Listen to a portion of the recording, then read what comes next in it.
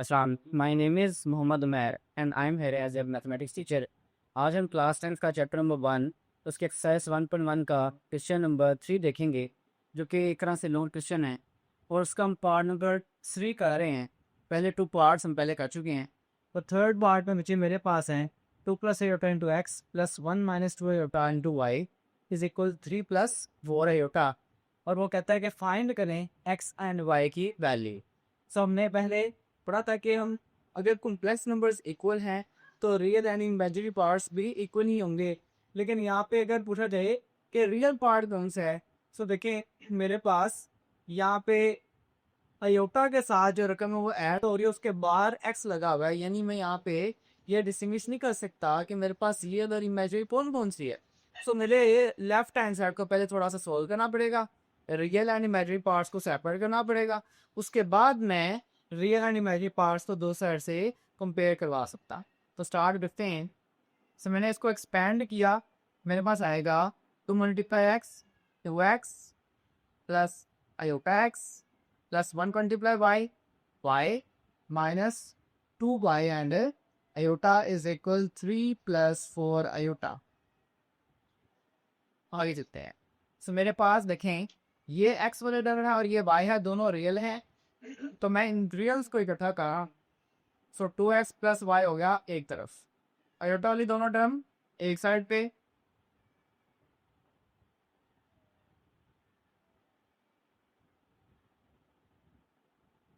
सो इन दोनों को मैंने कहा है कि ये रियल पार्ट है और मैंने इन पे ब्रैकेट लगा दी। अब इन दोनों के पास अयोटा मौजूद है तो अयोटा को कॉमन निकालते हैं। सो मेरे पास आएगा x माइनस 2y और सारे के पास बाहर अयोटा। अब अगर पूछा जाए कि इसमें रियल पार्ट बताए तो मैं आसानी से बता सकती हूँ कि रियल पार्ट है, और इमेजिनरी जो अयोटा के साथ है यानी x minus 2y। Right hand side पे 3 is real and 4 is imaginary part. तो अब आसानी से हम इन दोनों को कंपेयर कर सकते हैं, जैसे हमने लास्ट क्वेश्चन में किया था। कहा था कि since both the complex numbers are equal therefore it means that their real and imaginary parts must be equal. तो ये रीजन यहाँ शामिल करते हैं जी। तो मैंने यहाँ पे रीजन ऐड करती है कि सिंस कॉम्प्लेक्स नंबर्स इक्वल है, इसका मतलब रियल और इमेजिनरी पार्ट्स भी इक्वल ही होंगे। सब कंपेयर करते हैं। मेरे पास ये रियल पार्ट 3 के साथ कंपेयर हो जाएगा और ये वाला अयोटा के साथ वाला पार्ट अयोटा के साथ यानी 4 के साथ कंपेयर हो जाएगा। सो नेक्स्ट कोड पे चलते हैं। सो रियल पार्ट मेरे पास है 2x plus Y is equal 3 और इमेजिनरी पार्ट है x minus 2y is equal 4। यहाँ से आप देख सकते हैं 2x minus Y is equal 4। अब यहाँ पे देखिए अयोटा मौजूद है, अयोटा मैंने वहां पे इस्तेमाल नहीं किया। इस्तेमाल ना करने की वजह जब मैंने ऊपर हेडिंग दे दी कि ये इमेजिनरी पार्ट है, तो इमेजिनरी का मतलब अयोटा के साथ वाली टर्म ही होता है। सो एक तरह से आप ये समझ सकते हैं कि अगर अयोटा लगाएंगे भी तो अयोटा से अयोटा कैंसिल आउट, तो आप ना लिखें तो बेहतर है। तो मेरे पास x minus 2y is equal 4 हो रहेगा। अब यहाँ से किसी एक क्वेश्चन से एक वैल्यू निकाल के दूसरी में अगर पुट कर देंगे तो मेरा आंसर आ जाएगा x का, और इसी तरह से y का भी आंसर निकल सकते हैं। सो मैंने यहाँ से y का आंसर निकाला कि y is equal 3 minus 2x। y का क्योंकि यहाँ से जवाब निकालना आसान था, उसका कोफिशिएंट 1 है। सो मैंने इसको कह दिया ये है क्वेश्चन नंबर 1 और ये मैंने कह दिया क्वेश्चन नंबर 2।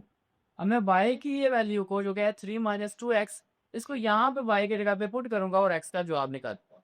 सो मैंने यहाँ लिखा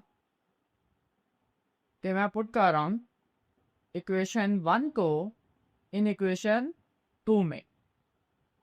लेकिन तो मेरे पास इक्वेशन 2 बनेगी जो कि आपके सामने है x माइनस 2y और y की जगह पे अब क्या आ रहेगा 3 minus 2x is equal 4। Multiply करवाते हैं। सो x minus 2 3 are 6 minus minus plus 2 2 are 4 and x is equal 4। 4x plus x मिलके हो गए 5x एंड 4 माइनस 6 उस साइड पे आगे हो जाएगा प्लस का 6। 4 प्लस 6 इक्वल्स 10। x की वैल्यू निकालनी है तो x के साथ वाली टर्म से डिवाइड कराना पड़ेगा। सो मेरे पास आ जाएगा x is equal 10/5, cancel out करेंगे तो मेरे पास 5 2s आ 10, तो 2 आंसर आ गया x का। अब ये जो मेरे पास आंसर आया है ये किस इक्वेशन की वजह से आया है? 1 की वजह से, क्योंकि उस इक्वेशन की वैल्यू हमने 2 में पुट की थी। सो इस आंसर को इस इक्वेशन नंबर 1 में पुट करते हैं। So putting value in equation 1, सो मेरे पास आ जाएगा y is equal 3 minus 2, x की जगह पे आप पुट करेंगे 2 को। होप सो आपको ये क्लियर हो गया होगा step. So y is equal 3 minus 2 2s are 4, so y का आंसर आ गया -1। होप सो स्टूडेंट्स आपको इस क्वेश्चन की समझ आ गई होगी। इसके नेक्स्ट पार्ट की तरफ चलते हैं। तो नेक्स्ट पार्ट में पार्ट नंबर 5 कर रहा हूँ। So again x and y की वैल्यू फाइंड आउट करनी है। सो एज इट इज़ अब यहाँ पे लिखें, इस क्वेश्चन की तरह मुझे एक्सपेंड करने की ज़रूरत नहीं पड़ेगी। मैं इसको डायरेक्ट रियल को रियल से और इमेजिनरी को इमेजिनरी से कंपेयर कर सकता हूँ, क्योंकि रियल पार्ट 3x माइनस 1 है और इमेजिनरी 2y माइनस 3, क्योंकि इसके साथ एयोटा मौजूद है।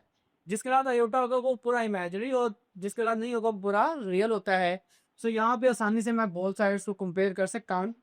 किस रूल की वजह से? कि since complex numbers are equal so their real and imaginary parts are also equal. तो यही रीजन मैं यहाँ पे दोबारा से शामिल कर रहा हूँ। तो रियल पार्ट को रियल से कंपेयर करते हैं और इमेजिनरी को इमेजिनरी से।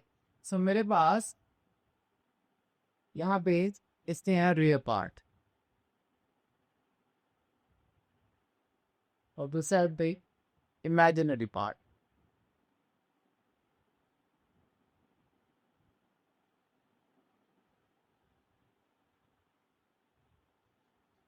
सो 3x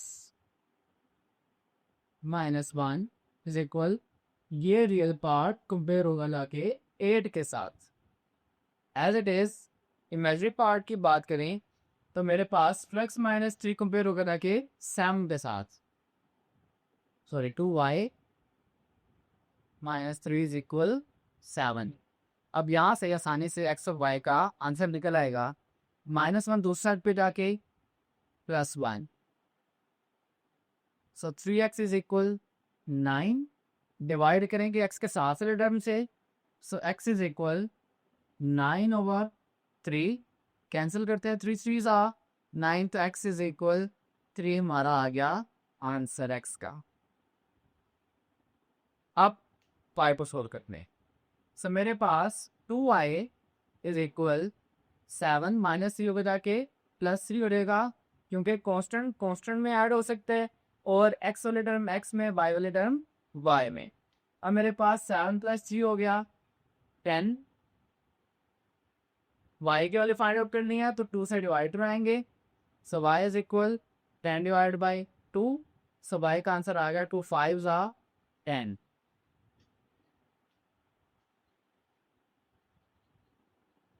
सो बच्चे होप सो आपको आज का लेक्चर समझ आ गया होगा। मज़ीद आपके साथ मुलाकात होगी। मैं ख्याल रखें। अल्लाह हाफिज़।